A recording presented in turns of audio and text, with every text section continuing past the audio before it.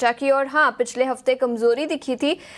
शुक्रवार के सत्र में याद रखें करीब आधे % की गिरावट के साथ भारतीय बाजार 23,430 के लेवल्स पर बंद होते हुए नजर आए थे। लेकिन पिछले पूरे हफ्ते की बात करें तो करीब 2.5% की गिरावट पिछले हफ्ते भारतीय बाजारों में दिखी। और कई सारे ग्लोबल ट्रिगर्स की अभी अभी अभिषेक ने बात की, लेकिन इसके अलावा कई सारे डोमेस्टिक ट्रिगर्स भी होंगे। बजट तो है ही, लेकिन उसके पहले नतीजे भी होंगे जहां पर सबकी नजर रहेगी। एफआईआईज और डीआईआईज, एफआईआईज ने याद रखे फिर एक बार शुक्रवार के सत्र में बिकवाली की, लेकिन निम्पी अब हमारे साथ जुड़ चुके हैं जो हमें बताएंगे एफआईआई और डीआईआई के आंकड़ों में किस तरह के पोजिशनिंग बदलाव आए और उसका इम्पैक्ट भारतीय बाजारों में आज कैसा नजर आ सकता है। Dimpy, good morning. Good morning Ashisha. देखिए, वैसे तो गुड मॉर्निंग हम एक दूसरे को बोल रहे हैं, लेकिन मॉर्निंग तो गुड नहीं है, ये बात आप भी जानते ही हैं। 185 अंकों की गिरावट हमको गिफ्ट निफ्टी पे दिख रही है और इससे पहले भी थोड़ी स्थिति खराब थी। मैंने सुबह भी एक बात बोली थी कि भाई क्या होता है ना, गरीबी में आटा गीला वाला हिसाब किताब है। ऑलरेडी हम पहले से पिटे कुटे थे। थोड़ा बहुत रिस्पाइट ये था कि ग्लोबल मार्केट्स कहीं ना कहीं हमारे फेवर में खड़े हैं। हालत तो ऐसी भी हो गई थी कि पिछले कम से कम 20-25 दिनों से हम ग्लोबल मार्केट्स को नहीं देख रहे थे, अपनी ही मार्केट्स के अंदर ट्रिगर ढूंढने की कोशिश कर रहे थे। और जब से नया साल शुरू हुआ तब से हम ये बात कह रहे थे कि भाई अर्निंग्स, डोनाल्ड ट्रंप की कुर्सी यानी कि उनकी ताजपोशी, और तीसरा बजट, ये 3 इंपॉर्टेंट ट्रिगर रहेंगे और पूरे जैन के अंदर रोल प्ले करेंगे। लेकिन अब आपको एक चौथा ट्रिगर भी जोड़ना होगा, वह है ग्लोबल मार्केट। ये भी आपको डिस्टर्बिंग फैक्टर वाले मूड में आ गए हैं। देखिए, उनका अपना तरीका है उनका मैनेज करने का, है ना। वो अपने हिसाब से उनका, अभी उनके प्रेसिडेंट को उन्होंने चुन लिया, वो कुर्सी संभालेंगे अपनी। लेकिन उससे पहले जो ये मार्केट के अंदर ग्लोबल थोड़ा वीकनेस आई है और बॉन्ड यील्ड्स बढ़ी है, ये चिंता की बात है। ये चिंता की बात इसलिए है क्योंकि एक बार अगर बॉन्ड यील्ड बढ़ती है तो उसको ना बहुत ही सेलेक्टिव तरीके से वो पैसा मूव करेगा कंट्री टू कंट्री। एग्जाम्पल के लिए मान लीजिए 100 लोग खड़े थे जो अलग अलग कंट्रीज में पैसा लगाते थे। उन्होंने अलग अलग कंट्री से पैसा निकाल के एक सेफ हेवन में लगा दिया, जिसको बॉन्ड कहते हैं, गोल्ड कहते हैं, क्रिप्टो कहते हैं, वटएवर जो भी बोलते हैं। ठीक, अब वहाँ से उनको वापस लेके आने का मतलब है कि आपको एक शाइनिंग स्टार होना चाहिए, तब आपके पास वो पैसा वापस आएगा। नहीं तो पैसा क्या होगा कि जो पैसा आपसे निकल के गया है ना, वो किसी दूसरे देश में चला जाएगा। ये हमने कई कंट्रीज में देखा है। जो पैसा पहले चाइना में था वही पैसा बाद में इंडिया में मूव हुआ और अब इंडिया से भी बाहर निकला है वो काफ़ी हद तक पैसा। वापस आने के लिए आपको कुछ मेन चीज़ें करनी होंगी, जैसे बहुत अच्छा करना होगा। लास्ट टाइम जब अभिषेक जी ने मेरे से क्वेश्चन पूछा था कि बजट के अंदर क्या, तो मैंने कहा रूटीन खबरें हमको चाहिए नहीं बॉस, हमको ऐसी खबरें चाहिए कि जहाँ से वो ल्योर हो पाए, जहाँ से एफ आई करें हाँ अब हमको चलना है इंडिया में। तो ये कुछ इंपॉर्टेंट ट्रिगर्स हैं जो मेरे को लग रहा है कि मैक्रो लेवल्स पे खड़े हुए हैं सामने। हम पहले सिर्फ एफआईज का ही मार्केट को लेके चल रहे थे, लेकिन इस बीच जो ग्लोबल ट्रिगर्स आया, बॉन्ड यील्ड का बढ़ना हुआ, ये उतना अच्छा नहीं हो रहा है बाजार के लिए। एक पहले ही पुल बैक को लेकर आप जूझ रहे थे, ऊपर से फिर ये दिक्कत आई। एक छोटी सी चीज मैं और बोलना चाहता हूँ क्योंकि मैं मार्केट का पार्टिसिपेंट हूँ, इसलिए मैं बोल पा रहा हूँ। मार्केट में जो यूएस में हो रहा है, एक तो लॉस एंजलिस और इस तरफ जो आग लगी है, एक ना बैड इमेज गया है पूरा कि वर्ल्ड की सबसे बड़ी इकोनॉमी इस तरह की चीज़ों से भी नहीं जूझ पा रही है। उनके यहाँ पे लॉस एंजलिस और इस तरह कैलिफोर्निया की तरफ में जो आग लगी हुई है उसको 6 से 7 दिन हो गए और काफ़ी बड़ा नुकसान है उस आग का। तो एक इमेज बिल्डिंग होती है कि आप कैसे करेंगे। और दूसरा, डोनाल्ड ट्रंप ने कुर्सी संभालने से पहले एक विवादित बयान दिया है जो कि पनामा कनाल को लेकर है और ग्रीनलैंड को लेकर है। ये दोनों ही ना बिजनेस के पॉइंट ऑफ व्यू से ग्लोबली बहुत इंपॉर्टेंट है। पनामा कनाल तो बहुत ही इंपॉर्टेंट है, आप खुद जानते हैं कि क्रूड का सारा ट्रेड ऑलमोस्ट काफ़ी हद तक वहाँ से भी होता है। तो ये 2-3 चीज़ें जो उन्होंने बोली हैं, मेरे को लग रहा है थोड़ा सा सेटबैक है, इसलिए हम सेफ हेवन ढूंढने की कोशिश कर रहे हैं यूएस के अंदर भी। मेरे को इनकी गिरावट की ज़्यादा चिंता नहीं है, मेरे को बॉन्ड यील्ड के बढ़ने की ज़्यादा चिंता है। वो जो बढ़ रही है वो अच्छे तरीके से नहीं बढ़ रही, वो इक्विटी मार्केट्स के लिए नेगेटिव है। आ जाते हैं इंडिया में एफआईज के रोल पे कि एफआईज ने लास्ट ट्रेड के अंदर क्या किया। देखिए, एफआईज की होल्डिंग अभी भी 16%, 15-16% के आसपास चल रही है। इसमें किसी तरह का कोई बदलाव नहीं है। ये एक बहुत अच्छा पॉइंट है, बहुत अच्छी वैल्यूएशन पे अगर वो वापस आते हैं इंडिया के अंदर, करेक्टेड वैल्यूएशन मिल रही है। बट बात देखी जा रही है कि वो कब आएंगे इंडिया के अंदर। जैसे मैंने शुरुआत में भी आपसे कहा कि वो बॉन्ड यील्ड के सेफ हेवन में चले गए हैं, मेरे को नहीं पता उनके लिए इंडिया कितनी बड़ी इंपॉर्टेंस रखता है, लेकिन अगर इंडिया उनके लिए इंपॉर्टेंस रखता है तो उनको जल्द से जल्द आना चाहिए। ये मौका दस्तूर है और हमारी बेसिक रिक्वायरमेंट है, तो दोनों का विन विन होगा। देखते हैं अभी क्या होता है, लेकिन 16% एफआईज की होल्डिंग पे 150 पॉइंट गिफ्ट निफ्टी के डाउन होने पर, इससे पहले 5% करेक्शन होने पर, 8% करेक्शन होने पर आपको एक काम करना है, आपको सिर्फ थोड़ा रुक जाना है। अभी एक और चीज मैं अभी जो सामने देख रहा था, आपके फ्यूचर और ऑप्शंस दोनों में सेलिंग का नंबर्स है।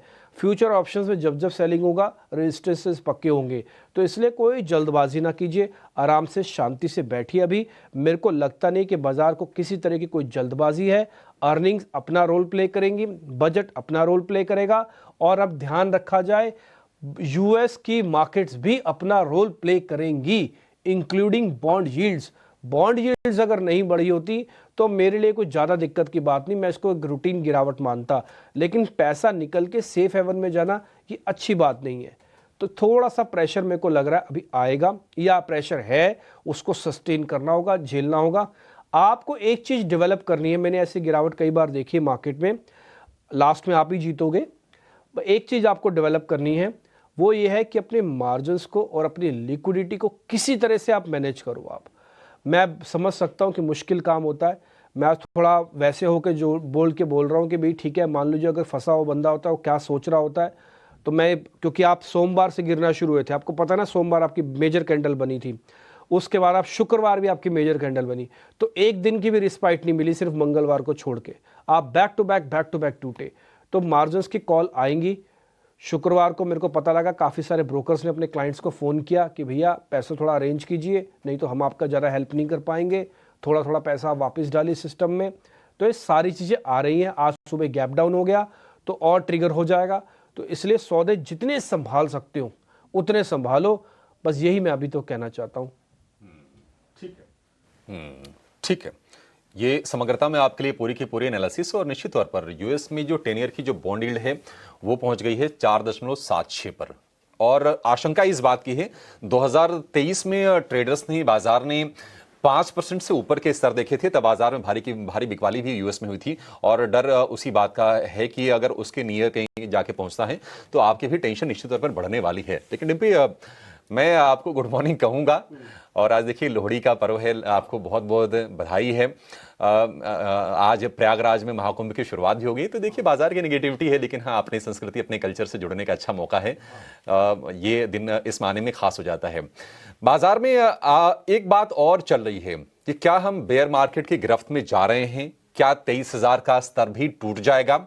जरा इसके बारे में गाइड कीजिए, और आज गैप को बाई करें या फिर अभी साइडलाइन पर बैठे, देखें बाजार में क्या कुछ हो रहा है।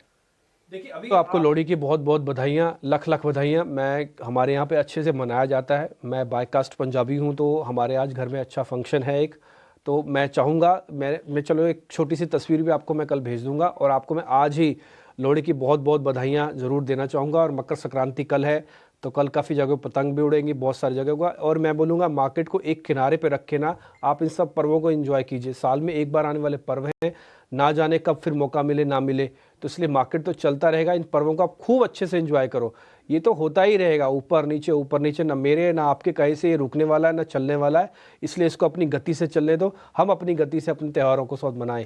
अब आपने जो दूसरा क्वेश्चन पूछा कि क्या मंदी की चपेट में आ रहे हैं और हमको क्या करना चाहिए, देखिए आप कुछ भी नहीं कर पाएंगे इस समय, तो जो कर रहा है वो मार्केट ही कर रहा है, और एक तरफा कर रहा है ना। तो प्रॉब्लम मार्केट की ये है कि मार्केट के में तब आप सोच पाएंगे जब बाजार ऊपर और नीचे हो रहा हो। फिलहाल एक ही तरफ का फ्लो है, वो नीचे की तरफ है, आपको मौका ही नहीं मिल रहा पुल बैक का। एंड ट्रस्ट में, अगर पुल बैक का मौका पिछले हफ्ते मिलता ना, तो काफ़ी सारे लोग सिस्टम में से निकलते, वो सिस्टम में से नहीं निकले हुए हैं, अभी भी फंसे हुए हैं।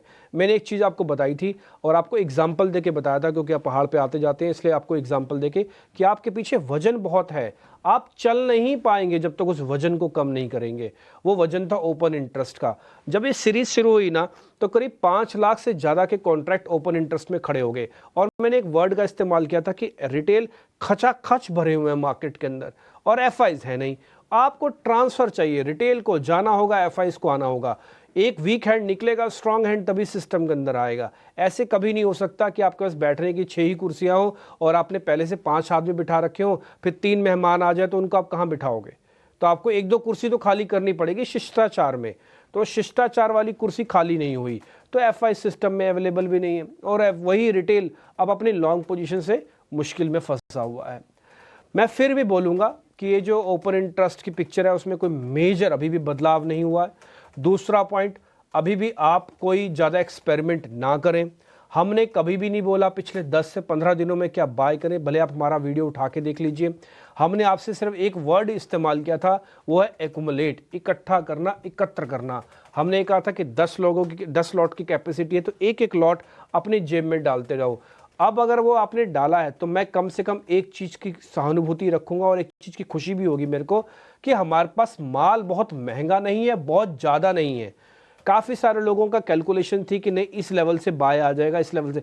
मेरा ऐसा मानना है कि मार्केट जिस जॉनर में आके खड़ा हुआ है इसमें सरकार को भी हेल्प करनी होगी। ये खाली अब एफआईस का मामला नहीं आके रुका है, इसमें गवर्नमेंट को भी थोड़ा इन्वॉल्व होना होगा, वो भी मैसेज फ्लोट करे। क्या इससे पहले देश के वित्त मंत्री कभी खड़े होकर उन्होंने सदन में नहीं बोला कि भाई मार्केट आपका ठीक है? बोला है। तो आपको एक स्टेटमेंट मैं चाहता हूं देश के वित्त मंत्री जल्द से जल्द दें।